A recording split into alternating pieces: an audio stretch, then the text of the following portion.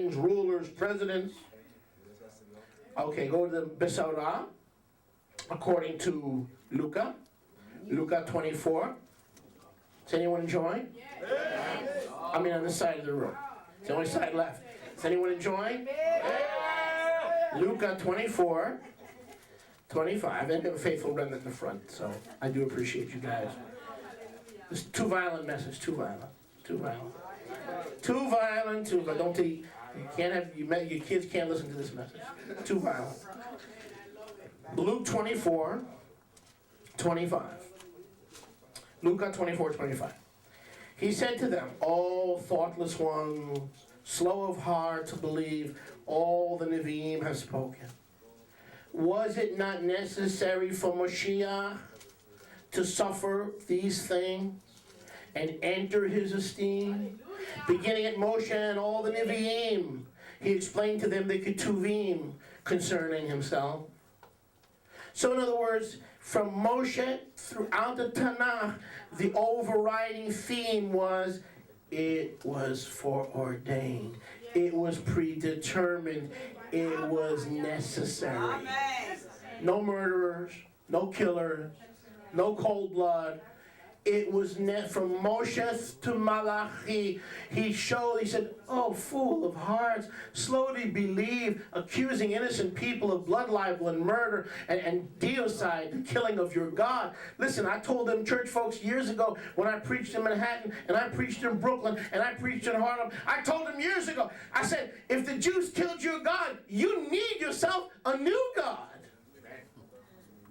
Because if I can kill your God with a bow and arrow, you don't have much of a goat. You look like you need a new goat. If the Jews really could kill your goat, think about it. What kind of a goat would that be? If some bozo from Czechoslovakia could knock off your goat.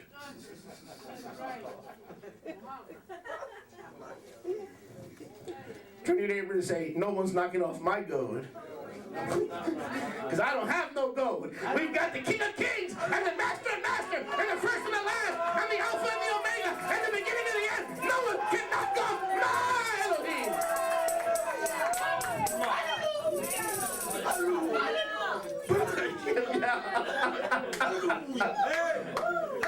That's right. Can't knock him off. Can't knock him off the throne. Can't remove him from the throne. He is the great I am. Baruch Hashem Yahweh. Baruch Hashem Yahweh. Baruch Hashem Yahweh. Undisputed King of the world. Yes, champion. It was necessary. Necessary. The Jews had to play their role. It was necessary. The Gentiles had to play their role. It was necessary. The kings had to play their role. It was necessary. Pontius Pilatus had to play his role. It was necessary. It was necessary. Yahweh found it necessary for everyone to be involved. So as usual, both houses are wrong. The Jews are wrong trying to rewrite them. We weren't there. We weren't there. Really. Why did the Talmud say you tried him on the eve of the Passover and hung the son of Mary for blasphemy? Why did the rabbis write that? Well, we don't write it anymore. We ripped it out. I know you did. I'm talking about before you ripped it out and redacted it. So the Jews are wrong, and the Christians are wrong, but the Jews didn't do it. The Jews played their part, just like the Gentiles played their part, just like King Herod played his part. Because Yahweh gave Yeshua the authority to let man take his life. Didn't he tell Pilate?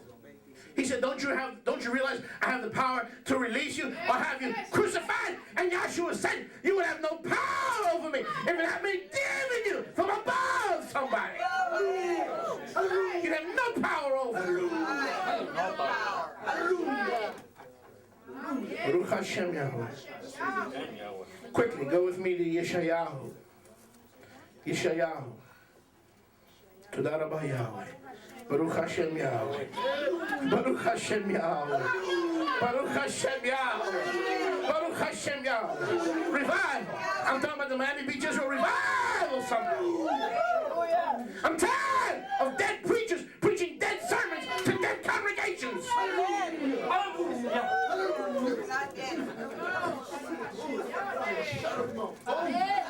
Hashem Yahweh. Yeshayahu 53:4. Written 700 years before Mashiach. Truly 700 years before Mashiach. Truly he has borne our sickness and carried our pain. Yet we reckoned him stricken, smitten by Elohim, and afflicted. In other words, we thought he was being afflicted and smitten by Elohim. We thought he was out of control. He was a rebel. We thought he was a heretic. We thought he was a lunatic. This is written in the prophetic perfect. What does that mean? There's a type of Hebraic writing called prophetic perfect, where it speaks in a past tense of events in the future that have not come to pass.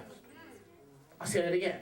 It is written in a sense as if it had already come to pass, but it hasn't come to pass, and the events are still future. It's called prophetic perfect. These are written 700 years before they came to pass in a prophetic perfect sense. Truly he has, past tense, even though it is a yet future event, 700 years into the future, borne our sickness, carried our pain. We thought he was, quite frankly, we thought he was being smitten by Elohim for his own transgressions. But, verse 5, he was pierced for our peshot. He was crushed for our chatainu, our sins, crookedness. The chastisement of that our shalom, or the beating and the chastisement that brings us personal and inward peace, was upon him. And with his stripes we are healed. All we like sheep, verse 6, have went astray, turned everyone to his own way, and the Jews have laid on him the sentence of death. That's not what it says. The Jews caught him and killed him before the Gentiles woke up. Yahweh is the one that laid on him the crookedness, the iniquity of us all, and that's why he was pierced, that's why he was crushed. Here it is, the greatest mystery of the greatest story ever told.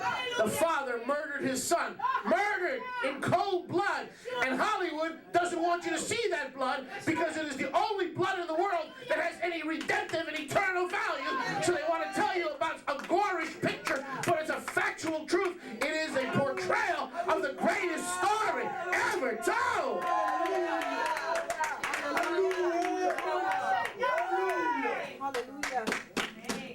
Any Hollywood film you and I ever watched has no redemptive value. It is blood for blood's sake. It is blood for entertainment purposes. It is blood given to you and your children and to those who enter the movie theaters, because it is blood for blood's sake, violence for it is given to you as entertainment, thinking that the blood of innocence will entertain your carnal, unregenerate flesh. And here is a blood of holiness, set apartness, kedusha. And they're saying, all these violent producers and these violent critics who promote these violent films, now all of a sudden, they're protecting you. They don't want you, they're protecting you. They don't want you to see the blood. It's too much. Too much blood. Excuse me, give me more. Hallelujah. Give me more of Yeshua's blood. Not less, more of Yeshua's blood. For I believe, I confess, I'm convinced, I'm determined, I recognize, I understand there's blood still today. Now, there's blood flowing from Emmanuel's veins. Somebody. Baruch Hashem Yahweh. Of course they don't want you to see the blood, because it's the blood that condemns them and saves you. It condemns them. When they see the blood, they're reminded that they won't humble themselves under the mighty hand of Yahweh, that he may exalt them in due season. So the blood that redeems you condemns them. They don't want to face the blood, so they want to prevent you from dealing with the blood. What can you possibly show me in the crucifixion that I won't love? That I won't appreciate? That I won't be eternally thankful and grateful for? What stripe of the 39 that he took would I not appreciate that it would have been me if it hadn't been him? What are you trying to protect me from? The human violence. Excuse me? I said they're having to look at human violence. Well, that was factual human violence. That was factual. Well, that's what I'm saying. Yeah. They're looking at their own human violence. Right. The violence of humanity. Correct. Correct.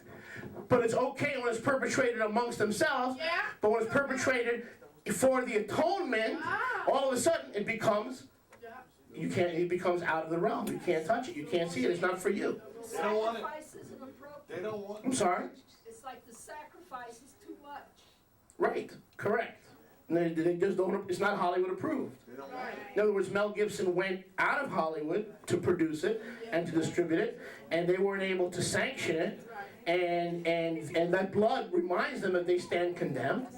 And there's a blood that reminds an 11-year-old child that, you know, it's not your daddy's faith, it was the blood of the Son of Yahweh that's going to give you eternal life. So they don't want that child to have an encounter with the horrific, that was a horrific, violent event. They don't want it. Only blood. That's right. That's right. That was a horrific, violent event. How do you make that septic? Is that the right word, clean? Septic. You can't, how do you clean that up? No, it's the opposite. Huh? It's antiseptic. Antiseptic. I knew I was screwing it up. That's why I asked for help. Antiseptic. Even when I was saying it, I knew I was messing it up. I was already asking for help. Baruch Hashem Yahweh. That's a good point, Marsha. At first you scared me. I thought you were contraire. Sometimes I get worried, but I wasn't knowing where you were coming from. Yeshayahu 52. You know better. Yes, you explained yourself. Yeshayahu 52. Don't you love this small congregation interaction? Yeah. See, in a big congregation, you wouldn't have that. You know, you can't interact. Baruch Hashem Yahweh. Huh? No, we Pastor Clem. Klemp. Klemp. That's a Jewish word, you know. Verklempt. When you're verklempt and they cop you, you're like out of it. Right? What's the word, Rifki, in Yiddish? Verklempt. But don't tell them that, okay? Pastor, did you know that? Don't tell them that. Yeshayahu 52. Yeshayahu 52, 14. Let's go back to verse 14. No, let's go back to verse 13. See, my Eved shall work wisely. He shall be exalted and lifted up, and very high. As many as were astonished at you, and by the way, there's more violence in the local news. Yes. Tell me about it. Okay? More violence every night on the local news. True. My servant shall work wisely. He shall be exalted, lifted up, and very high. Talking about Moshiach, Ben Yosef. As many as were astonished at you, so the disfigurement. Now here, is this Mel Gibson or is it Yahweh? Who did this here? Now let's try to blame somebody. Now watch what happens. The astonishment comes because he was so disfigured beyond any man, and his form beyond the sons of men. You know what that means? What does any man mean? What's another way to say any man? Anyone. No one in human history was more disfigured. When he died, he did not look like a human being. He looked like a bloody pulp of tissue. You couldn't recognize the nose from the eyes, from the mouth. Why was I there? I didn't have to be there. It says he was so disfigured that men were astonished, and the disfigurement, listen, was beyond any man. You know what that tells me? It was the most violent single event in human history. There it is. Yahweh tells you right there. If you can't handle it in the scriptures, how are you going to handle it in the movies? It was the single, yes, people were killed, there were mass graves, mass executions, that's all true. But when it came to single torture, single event, it was the most violent single death in human history. Well, what about the Holocaust? What about it? People were shot, people were killed, people were cremated. But it wasn't ongoing, and it was death. Usually it was pretty quick. Not all the time, but usually. But this was the most single violent event. That's what the Bible says. It didn't stop. It was on, and people saying that, how can you sit there for 2 hours and watch violence? A, I watch it every night on Fox News. B, it was the single most violent event. Now, who are we going to believe? Yahweh, through Isaiah, or Mel Brooks? Well, let's blame Mel Brooks. He's Catholic. He's not Messianic, and he's not Nazarene, so he's an easy target. Gibson. I'm sorry, Mel Gibson. Mel Gibson. Let's blame Mel Gibson. Don't you know he's Catholic? Okay, so in other words, because he's Catholic, that means those 2 hours of violence, which are the most gruesome 2 hours that we've seen in movies in recent years, maybe ever, does that mean that does not portray accurately what happened in Scripture? Just the opposite. Yahweh says this was the worst disfigurement in human history. So Mel Gibson does accurately portray this astounding centered violence. It's bewildering. Yes, he probably took some things out that actually happened. Yes, look at verse 15. The Bible, we have two choices. We can believe the Bible, we can believe our emotions. The Bible said no man was disfigured and beaten ever in human history more than Yeshua. No man. So we tend to think of, oh, the Lord died, and now I can wear a cross around my neck and remind me of his precious atonement. That thing was pulled out, and that thing was elongated, and that thing was on and on and on. It never ended. Understand? Until he dismissed his Ruach. He didn't die, he dismissed it. He said, Father, into thy hands I commend my Ruach. Even then, he was quoting the Tehillim. Even then, he was quoting the Psalms. He didn't really die after all that disfigurement and all that beating. He's the only human being who ever lived who was able to in time, dismiss his Ruach. When you die, it's forced upon you. When I die, it will be forced upon me. He dismissed his spirit back to the Father. Hallelujah. Don't tell me he was just a carpenter. You and I don't have that authority to decide when and when not to dismiss our spirit. Right. Baruch Hashem Yahweh. Now look at verse 15. He, this one who's suffering, and this one who's being disfigured beyond any man, his form, meaning he didn't look like a human. In order for him to be beyond a man's figurement, listen, in order for him to be beyond or outside of a man's figurement, he has to look like an animal, like a beaten, slaughtered animal. He no longer look like a human being, or else we can't take this literally. So don't tell me about your problem with 2 hours of cinematic violence. I don't want to hear it. Because most of us that have problem with violence, we still watch violence, and it's forced upon us by the same people who are criticizing this movie. It's forced upon us, and my children. They force it down our throats. But all of a sudden, they're our concerned protectorate. They want to protect us from going to the theater. All of a sudden, they care about us. They're so caring, and they're really, reaching out. You know why they're warning us? You know why they're caring about us all of a sudden? Because they're not putting the money in their pocket, and they don't want you to put it in Mel Gibson's pocket. And because they're not in on the take, they're trying to keep you away from the truth and the value that this movie has. And if there's something inaccurate, then attack the inaccuracy. Attack the inaccuracy. Don't attack Mel Gibson because he's Catholic.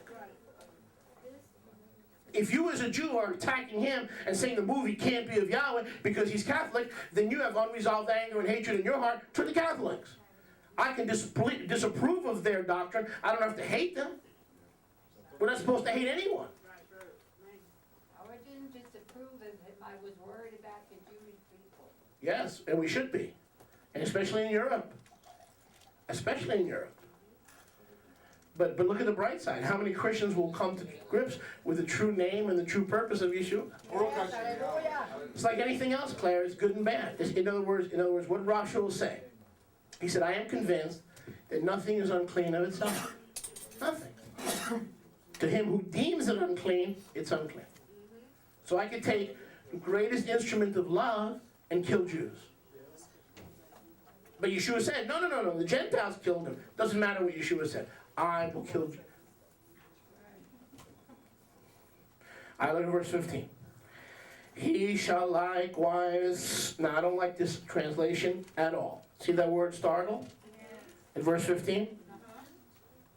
In the Restoration Scriptures, we fix this. He shall likewise startle. The Hebrew word is nazah, N-A-Z-A-H. In Isaiah 52:15, Yeshayahu 52:15, the Hebrew word is nazah, which does not mean startle, which is one of the lesser meanings. It means primary meaning, sprinkle. Sprinkle? Is there a difference between startling and sprinkling? Now in this case, it could be both. Yeshua's, his death was so horrific that it's startling, even 2,000 years later, when someone has the ability to accurately portray it. All of a sudden, he's a no good Catholic. And everybody who goes to the movie is a Jew hater. Are there Jew haters that are going to be going to this? Of course. But they're going to go in as Jew haters and they're going to leave as Jew haters. 2 hours with Mel Gibson is not going to make them Jew haters. Or Jew lovers. Now watch this. He will sprinkle, the actual Hebrew word, nazah, he will sprinkle many nations by his what? His disfigurement. His disfigurement will sprinkle many nations. Sovereigns, kings, will shut their mouths at him. For what had not been recounted to them, they shall see. Hello. All these nations that are getting sprinkled in the blood of Yeshua, they go to Mel Gibson's movie, they'll see it. Even they weren't there, but they'll see it. Could this be a prophecy of all those who would see it through modern technology? Why not? Why not? They shall see it. Now we look at this and think, no, Rabbi, that's talking about the preaching of the gospel. Through the spoken word, they'll see it. Yes, that was for 1900 years. Now we're in the era of cinematography. Now we're seeing it. So let's blame Mel Gibson for that too. You can't see it. Why? Because don't you know if you paid $9, you're joining the New World Order? What? Yeah, brother of the Masons. You're supporting the Masons. Oh, so now Mel Gibson's a Mason? I've been accused of being a Freemason. I used to get emails. Rabbi, what are you? Who are you really? I know about that Jewish stuff, and I know you eat kosher, and I know your wife got rid of Roberta, and now she's and now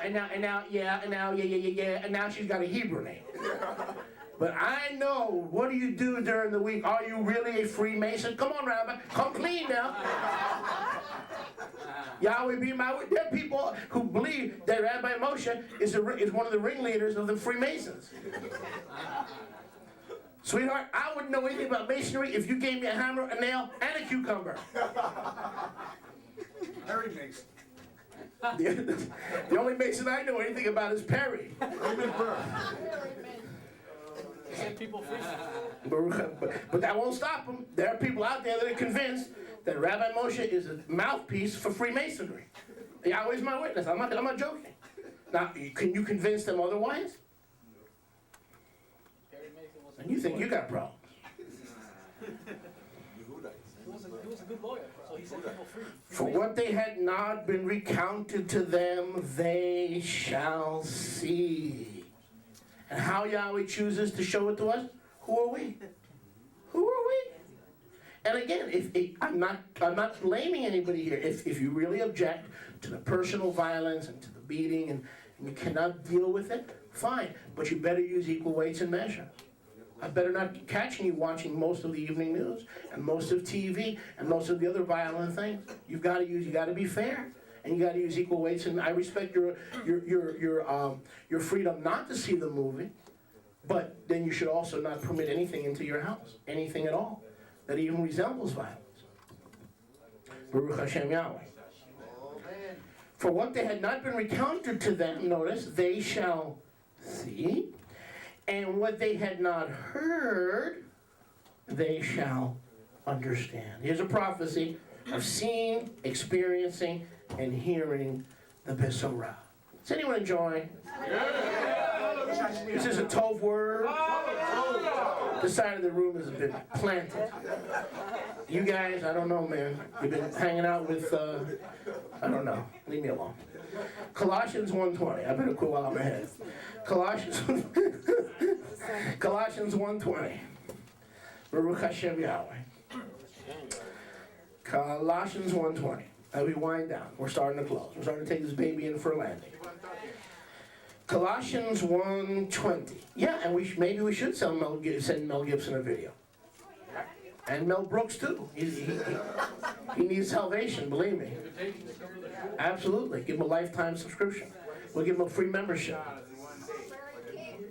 That's right, Larry King. There's another one who needs the bloody Yeshua. Howard Stern. Oy. Javier.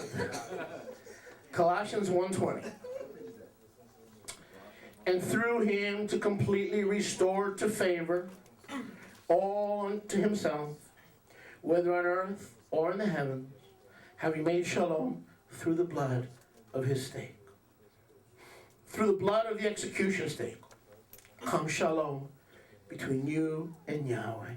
Of course they don't want you seeing and being reminded and focusing in on the cross and on the blood, because that's what brought you peace. That's what brought Israel reconciliation. That's what brought Judah and Ephraim together.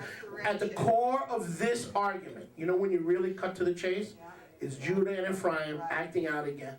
Acting in character, fighting over who the king is, who the Torah is, what role it plays. It's the ugliness of the two houses that have not been reunited as a remnant in Yeshua, who are having at each other. We've got Jews attacking Christians. We've got Christians attacking Jews for what? Over the truth, over who is king, who was there, who's responsible. When the truth is, no one's responsible. Yahweh is the killer of his own son because of his love for you. He had two choices. He could have killed you or his son, so he killed his son.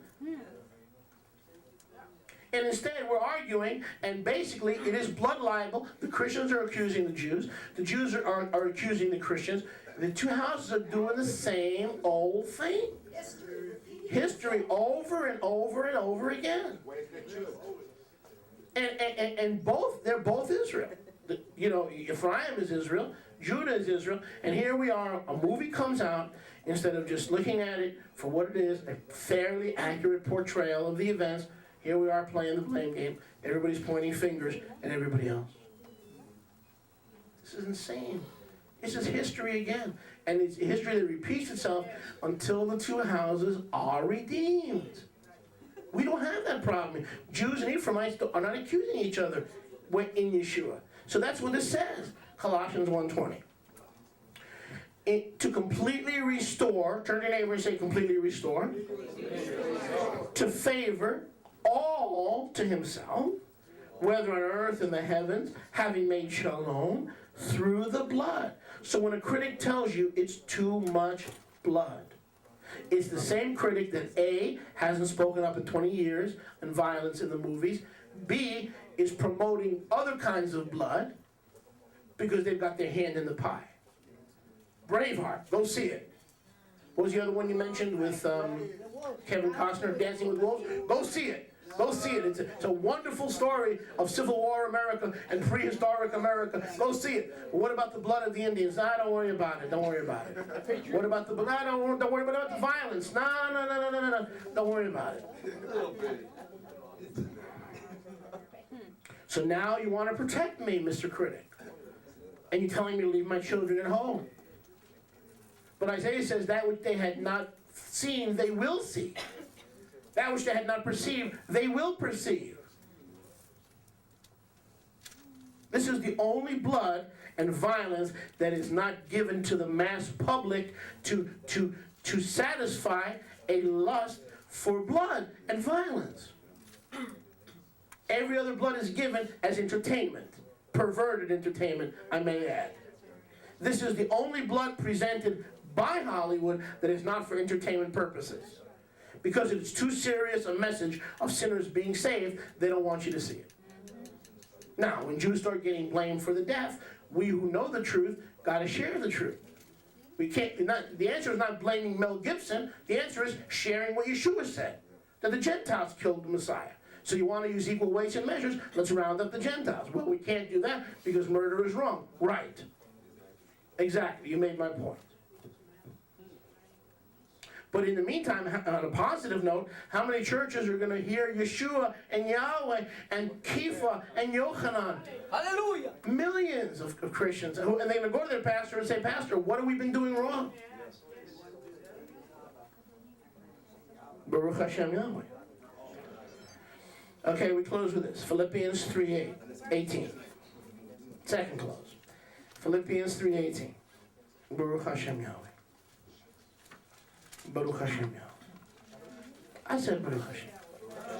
I said Baruch Hashem. Baruch Hashem. Baruch Hashem. Hallelujah. Baruch Hashem Yahweh. Hallelujah. Baruch Hashem. Hallelujah. Baruch Hashem Yahweh. Hallelujah. Baruch Hashem Yahweh. Hallelujah. Baruch Hashem Yahweh. Hallelujah. Baruch Hashem Yahweh. Hallelujah. Hallelujah. Hallelujah. Who killed Yeshua? The Gentiles killed him. The Jews condemned him. And the Father gave Yeshua power to be killed. So we can have power to have life. Everybody had their role to play. That's right. Wait a second. The Romans had their role. Kings, rulers, presidents. Oh. So you mean the rulers and kings were? Yeah. They had their role. Okay, well, let's go to Haiti and then solve the problem real quick. Let's kill Aristide. And not because we're siding with the rebels, because he killed Christ. He's a ruler, isn't he? Huh? He's a ruler and a king.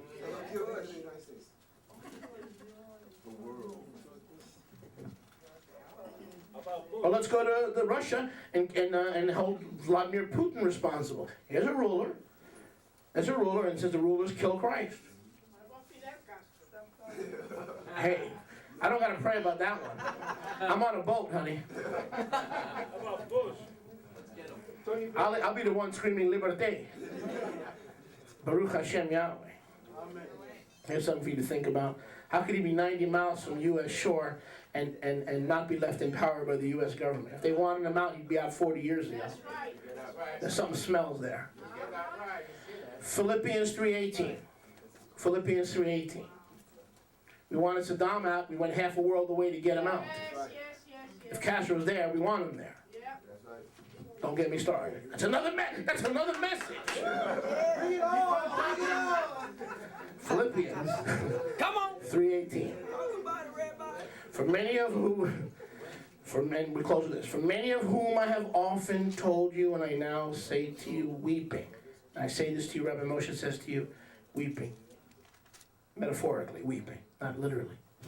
We put Yeshua's name in here because we magnify the sacrifice of Yeshua and the atonement of Yeshua and the Kipporah of Yeshua. We thank the Father that he did kill his son, that it wasn't the Jews, and it wasn't anybody. It wasn't the kings, it was Yahweh using human puppets, human instruments to do his bidding.